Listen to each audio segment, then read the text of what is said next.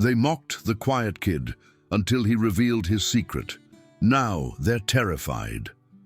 Marcus Williams had always been the type of kid who preferred the shadows to the spotlight. At 17, he was tall but lean, with gentle brown eyes behind wire-rimmed glasses and a quiet demeanor that made him practically invisible in most crowds.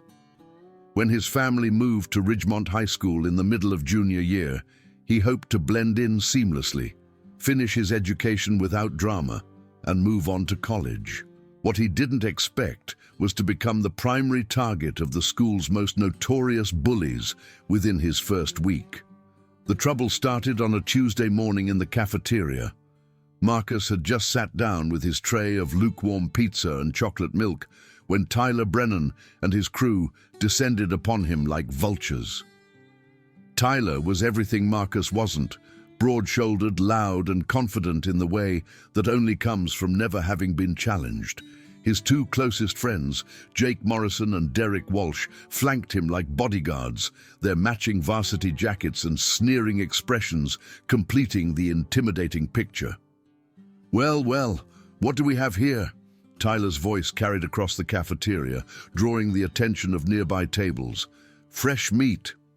Marcus kept his eyes on his food, hoping they would lose interest and move on.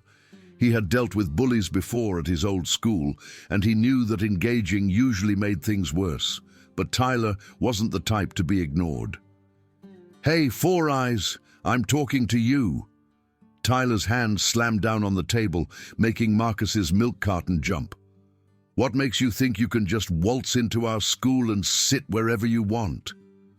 The cafeteria had grown quieter, students turning to watch the unfolding drama with the morbid fascination of teenagers witnessing a car crash. Marcus finally looked up, meeting Tyler's cold blue eyes. "I'm just trying to eat my lunch," Marcus said quietly, his voice steady despite the racing of his heart. Jake laughed, a harsh sound that echoed off the cafeteria walls. "Listen to him, Tyler. He's just trying to eat his lunch." He mimicked Marcus's soft-spoken tone with exaggerated politeness. Derek reached over and flicked Marcus's glasses, sending them sliding down his nose. "Maybe he needs these things checked. Can't see that he's not welcome here." Marcus adjusted his glasses and stood up, intending to leave rather than escalate the situation. But Tyler wasn't finished with him. As Marcus reached for his backpack, Tyler grabbed his lunch tray and dumped its contents directly onto Marcus's white button-down shirt. Pizza sauce and grease spread across the fabric like a map of humiliation. The cafeteria erupted in a mixture of gasps and laughter. Marcus stood there, sauce dripping from his shirt, while Tyler and his friends high-fived each other in celebration of their cruelty. Mrs. Henderson, the lunch monitor, was conveniently looking the other way, engaged in conversation with another teacher. "Oops," Tyler said with mock innocence. "Looks like you need to learn some table manners, new kid." Marcus felt the familiar burn of embarrassment in his cheeks, but he forced himself to remain calm. He had promised his sensei, Master Kim, that he would only use his training for defense, never for revenge or to prove a point. 8 years of rigorous taekwondo training had given him more than just physical skills. It had taught him discipline, patience, and the wisdom to know when violence was truly necessary. But as he walked out of the cafeteria with pizza sauce staining his shirt and the sound of laughter following him down the hallway, Marcus wondered how long his patience would last. The harassment continued throughout the week. Tyler and his crew seemed to have made tormenting Marcus their new favorite hobby. They would shoulder-check him in the hallways, knock his books out of his hands, and make loud comments about his appearance whenever he passed by. In gym class, they would deliberately throw balls at his head during dodgeball, then claim it was an accident when Coach Peterson looked their way. Marcus endured it all with quiet dignity, cleaning up the messes they made of his belongings and ignoring their taunts. His classmates watched with a mixture of pity and relief that they weren't the ones being targeted. Some even seemed to enjoy the spectacle, whispering and pointing whenever Tyler's crew pulled another stunt. The worst incident happened on a Friday afternoon in the school parking lot. Marcus was walking to the bus stop when Tyler, Jake, and Derek cornered him between two cars. This time, there were no teachers around, no witnesses, except for a few students who quickly scattered when they saw what was happening. "Going somewhere, loser?" Tyler pushed Marcus hard, sending him stumbling backward into a car. "You know, I've been thinking. Maybe you need to learn your place around here." Marcus straightened up, his backpack clutched tightly in his hands. "I don't want any trouble, Tyler." "Too bad," Derek sneered. "Trouble found you." Jake stepped forward and shoved Marcus again, harder this time. Marcus's head knocked against the car's side mirror, and he felt a sharp pain shoot through his skull. Still, he didn't fight back. His training had taught him that true strength came from restraint, from choosing when to act rather than simply reacting to provocation. "What's wrong with you?" Tyler demanded, frustration creeping into his voice. "Why won't you fight back? Are you really that much of a coward?" Marcus wiped a trickle of blood from where his head had hit the mirror. "I'm not a coward," he said quietly. "I just don't believe in unnecessary violence." The three bullies exchanged glances, then burst into laughter. "Unnecessary violence?" Jake repeated. "Listen to this guy. He sounds like some kind of monk or something." Tyler's expression darkened. "Maybe we need to teach you what necessary violence looks like." He drew back his fist, and for a moment, Marcus tensed, his body automatically shifting into a defensive stance. Years of training had made the movement instinctive, and he could see exactly how Tyler's punch would come, how easy it would be to deflect it and counter with devastating effect. But at the last second, he forced himself to relax, to take the hit rather than escalate the situation. Tyler's fist connected with Marcus's jaw, snapping his head to the side. The taste of blood filled his mouth, but he didn't strike back. He simply looked at Tyler with calm, steady eyes that seemed to unnerve the bigger boy. "That's it?" Tyler demanded. "You're just going to stand there?" Marcus spat blood onto the asphalt. "I told you, I don't want to fight."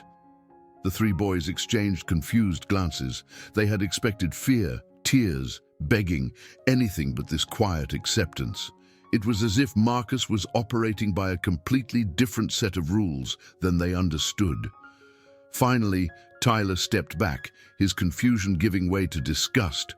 "You're pathetic," he spat. "Come on, guys, this isn't even fun anymore." As they walked away, Marcus could hear them muttering among themselves, trying to make sense of what had just happened. He touched his swollen jaw gingerly and wondered if his sensei would be proud of his restraint or disappointed in his inability to find a middle ground. That weekend, Marcus sat in his bedroom, staring at the collection of trophies and medals that lined his dresser. State championships, regional tournaments, national qualifiers, 8 years of dedication and training represented in gleaming metal and polished wood. His parents thought he had given up martial arts when they moved, that he wanted a fresh start without the pressure of competition. They didn't know that he still practiced every morning before school, running through forms and techniques in the garage before anyone else was awake. Master Kim had always taught him that true martial arts weren't about fighting, they were about avoiding fights. But he had also taught him that there came a time when walking away was no longer an option, when standing up for yourself became a moral imperative. Marcus picked up his phone and scrolled through social media, seeing posts from his classmates about the upcoming school dance. Several of them featured pictures of Tyler and his crew, posing and flexing for the camera. In the comments, he saw references to that weird new kid and Tyler's new punching bag. The humiliation burned worse than any physical pain Tyler had inflicted. Monday morning brought a new level of harassment. Tyler had apparently spent the weekend planning something special because he was waiting by Marcus's locker with a crowd of spectators already gathered. In his hands was a homemade sign that read, "Kick me," in large red letters. "Hold still, loser," Tyler commanded as Jake and Derek grabbed Marcus's arms. "We're going to help you make some friends." The crowd laughed as Tyler attempted to tape the sign to Marcus's back. But something had changed in Marcus over the weekend. As the tape touched his shirt, he felt something snap inside him. Not anger, but a cold, clear understanding that this had gone far enough. "Let go of me," Marcus said, his voice carrying a new edge that made several students take a step back. Tyler paused in his taping, surprised by the change in tone. "What did you say?"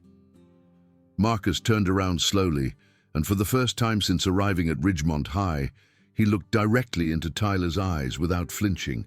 "I said, let go of me." There was something different about the quiet kid now, a stillness that was somehow more threatening than any amount of bluster or aggression. Tyler felt a chill run down his spine, but pushed it aside. He had gone too far to back down now, especially with half the school watching. "Make me," Tyler said, shoving Marcus hard in the chest. It was exactly the wrong thing to do. Marcus moved with a speed and precision that seemed to defy physics. Tyler's shove met empty air as Marcus sidestepped smoothly, his hand shooting out to grab Tyler's wrist. Before anyone could fully process what was happening, Tyler was on the ground, his arm twisted behind his back in a hold that made him gasp with pain. 8 years, Marcus said quietly, his voice carrying clearly through the suddenly silent hallway. 8 years of taekwondo, including 2 state championships and a national qualifier. I've been trying to avoid this because I was taught that fighting should be a last resort. Jake and Derek started forward to help their friend, but Marcus's free hand moved in a gesture that stopped them cold. It was subtle, barely noticeable, but both boys suddenly understood that approaching him would be a very bad idea. "But you've pushed this too far," Marcus continued, applying just enough pressure to Tyler's arm to make his point without causing real damage. "I've tried walking away. I've tried ignoring you. I've tried being patient. None of it worked." Tyler struggled against the hold, but Marcus's technique was flawless. The more Tyler fought, the more uncomfortable the position became. Students were pulling out their phones, recording the shocking reversal of fortune. "So here's what's going to happen," Marcus said, his voice calm and measured. "You're going to leave me alone. You're going to stop bothering other students who can't defend themselves. And if you ever put your hands on me again, I won't be nearly as gentle as I'm being right now." To demonstrate his point, Marcus shifted his grip slightly, and Tyler cried out in pain. The sound echoed through the hallway like a gunshot, and several students gasped. "Do we understand each other?" Marcus asked. "Yes," Tyler gasped. "Yes, okay, I get it." Marcus released him and stepped back, but his posture remained alert and ready. Tyler scrambled to his feet, his face red with humiliation and his arm still aching from the hold. Around them, students stared in shock at the transformation of the quiet new kid into someone who clearly knew how to handle himself. "This isn't over," Tyler said, trying to salvage some dignity from the situation. Marcus tilted his head slightly, and there was something almost predatory in the movement. "Are you sure you want it to continue?" For the first time since Marcus had arrived at Ridgemont High, Tyler felt genuinely afraid. There was something in the other boy's eyes, not anger or hatred, but a cold competence that suggested he could back up any threat he made. Tyler looked around at the crowd of students, all of whom were staring at him with a mixture of shock and amusement. His reputation as the school's top dog was crumbling before his eyes. "Whatever," Tyler muttered, pushing through the crowd with Jake and Derek trailing behind him like whipped dogs. The hallway remained silent for a long moment after they left. Then, slowly, students began to disperse, whispering excitedly among themselves about what they had just witnessed. Marcus gathered his books from his locker, his movements calm and controlled, despite the adrenaline coursing through his veins. "Dude, that was incredible," a voice said behind him. Marcus turned to see Kevin Torres, a sophomore who had been one of Tyler's previous targets. "Where did you learn to do that?" Marcus closed his locker and shouldered his backpack. 8 years of training, he said simply, and 8 years of learning when not to use it. As he walked to his first class, Marcus could feel the stares following him. But they were different now, no longer looks of pity or amusement, but of respect and maybe a little fear. Word spread quickly through the school's social networks, and by lunchtime, everyone knew that the quiet new kid had single-handedly humiliated Tyler Brennan and his crew. The rest of the week passed without incident. Tyler and his friends gave Marcus a wide berth, and the other students treated him with a new level of respect. Teachers who had previously ignored the bullying now nodded approvingly when they saw him in the halls. Even the popular kids, who had never acknowledged his existence before, began including him in conversations. But Marcus wasn't interested in becoming the new alpha of the school hierarchy. He had learned from his sensei that true strength came not from dominating others, but from protecting those who couldn't protect themselves. When he saw Tyler's crew starting to pick on a freshman named David Miller, Marcus intervened with a simple look that sent them scurrying away. When a group of girls were being harassed by some senior boys, Marcus appeared beside them with that same calm presence that had so effectively dealt with Tyler. On Friday afternoon, as Marcus was leaving school, he found Tyler waiting by the parking lot. For a moment, Marcus tensed, ready for another confrontation. But Tyler's posture was different now, defeated, almost humble. "Hey," Tyler said quietly, not meeting Marcus's eyes. "Can we talk?" Marcus studied him for a moment, then nodded. "What's on your mind?" Tyler kicked at a piece of gravel, his usual confidence completely absent. "I wanted to apologize," he said finally, "for all the stuff I did to you. It wasn't right." Marcus waited patiently for him to continue. "I've been thinking about what you said," Tyler went on, "about how I should stop bothering other students who can't defend themselves. And you're right. I've been a real jerk to a lot of people." "What changed your mind?" Marcus asked. Tyler looked up at him, and Marcus could see genuine remorse in his eyes. "My little sister got bullied at her middle school last year. It really messed her up, and I was so angry at the kids who did it to her. But then I realized I was doing the same thing to other people. I was being exactly the kind of person I hated." Marcus nodded slowly. "It takes courage to admit when you're wrong." "I know I can't just apologize and make everything okay," Tyler continued. "But I want you to know that I'm going to try to be better. And if you ever see me slipping back into old habits, call me out on it." Marcus extended his hand, and after a moment of surprise, Tyler shook it. "Everyone deserves a second chance," Marcus said. "Just don't make me regret giving you one." As Tyler walked away, Marcus reflected on the week's events. He had spent so long trying to avoid conflict that he had forgotten one of Master Kim's most important lessons. Sometimes the only way to achieve peace is to be prepared for war. He hadn't wanted to fight, but when fighting became necessary, he had been ready. The following Monday, Marcus walked into school with his head held high. Students greeted him in the hallways, and teachers smiled when they saw him. But more importantly, he noticed that the atmosphere of the school had changed.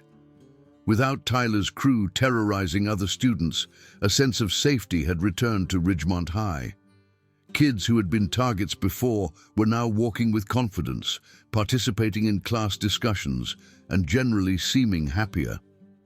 Marcus had learned that true strength wasn't about dominating others or proving how tough you were. It was about standing up for what was right, protecting those who needed protection, and knowing when to show restraint and when to take action. He had tried to avoid conflict, but when conflict became unavoidable, he had handled it with the same discipline and control that Master Kim had taught him. As he sat in his first period English class, listening to Mrs. Patterson discuss the themes of justice and redemption in literature, Marcus smiled to himself. He had found his place at Ridgemont High, not as a victim or a bully, but as someone who stood up for others and used his strength responsibly. It was exactly what Master Kim would have wanted, and exactly what Marcus had needed to learn about himself. The quiet kid had found his voice, and it spoke volumes.